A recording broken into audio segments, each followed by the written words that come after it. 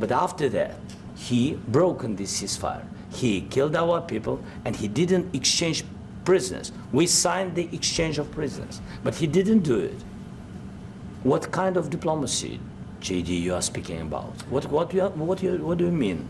I'm talking about the kind of diplomacy that's going to end the destruction of your country. Yes, but if you Mr. President, with respect, I think it's disrespectful for you to come into the Oval Office and try to litigate this in front of the American media. Right now, you guys are going around and forcing conscripts to the front lines because you have manpower problems. You should be thanking the President for trying to bring an end to this conflict. Have you ever been to Ukraine that you say what problems we have? I have been to. Come once. I've actually watched and seen the stories, and I know what happens is you bring people, you bring them on a propaganda tour, Mr. President.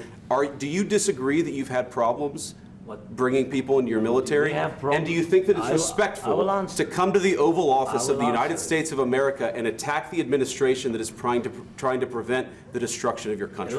A lot of questions. Let's start from the beginning. Sure. First of all, during the war, everybody has problems, even you, but you have nice ocean and don't feel now, but you will feel it in the future. God bless. You don't know that. God bless. God bless. You will not have a war. Don't tell us what we're going to feel. We're trying to solve a problem. Don't tell us what we're going to feel. I'm not telling you. Because you're in no position to dictate that. That's Remember exactly this. You're in no position to dictate what we're going to feel. We're going to feel very good. You will feel influence. We're going to feel very good and very strong. You will feel influence. You're right now not in a very good position. You've allowed yourself to be in a very bad position, and he happens to be right about it. From the very beginning of the war. You're not in a good position. You don't have the cards right now. With us, you start having cards. But right now, you don't. You're playing cards. You're playing cards. You're gambling with the lives of millions of people. You're gambling with World War III. You're gambling with World War III. And what you're doing is very disrespectful to the country, this country. That's back to you. Far more than a lot of people said they should have. Have you said thank you once? This entire meeting? No, in this entire meeting, have you said thank you?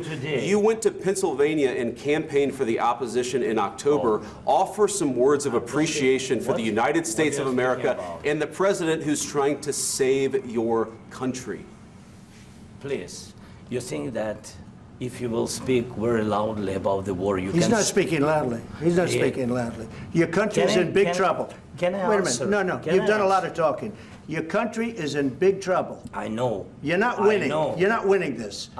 You have a damn good chance of coming out okay because of us. Mr. President, we are staying in our country, staying strong from the very beginning of the war. We've been alone, and we are thankful. I said thanks you haven't in been this alone. cabinet, you and haven't not been only alone. in this cabinet. We gave you, through this stupid president, $350 billion. You voted we gave for you your military equipment, and your men are brave, president. but they had to use our military. Yes. What about if you didn't have our military equipment, you invited if me you to didn't speak. have our military equipment, this war would have been over in 2 weeks. In 3 days, I heard it from Putin. In 3 days, this is something maybe new. less. In 2 weeks, of course, yes. It's going to be a very hard thing to do business like this. I tell you. Just say thank you. I said a lot of times Accept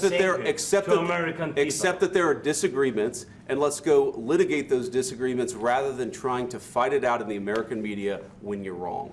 We know that you're wrong. But you see, I think it's good for the American people to see what's going on over there. sir. I think it's very important. That's why I kept this going so long. You have to be thankful. You don't have the cards. Thankful. You're buried there. Your people are dying. I can tell you You're again, running low on soldiers. Listen, you're running low on soldiers. It would be a damn good thing. And then you tell us, I don't want a ceasefire. I don't want a ceasefire. I want to go and I want this. Look.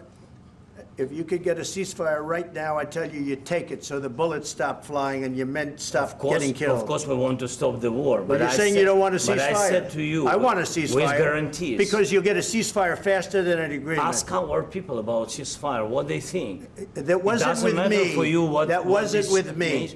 That was with a guy named Biden, who was not a smart person. That was with Obama. It was your president. Excuse me. That was with Obama, who gave you sheets, and I gave you javelins. Yes. I gave you the javelins to take out all those tanks. Obama gave you sheets. In fact, the statement is, Obama gave sheets and Trump gave javelins. You got to be more thankful, because let me tell you, you don't have the cards. With us, you have the cards. But without us, you don't have any cards.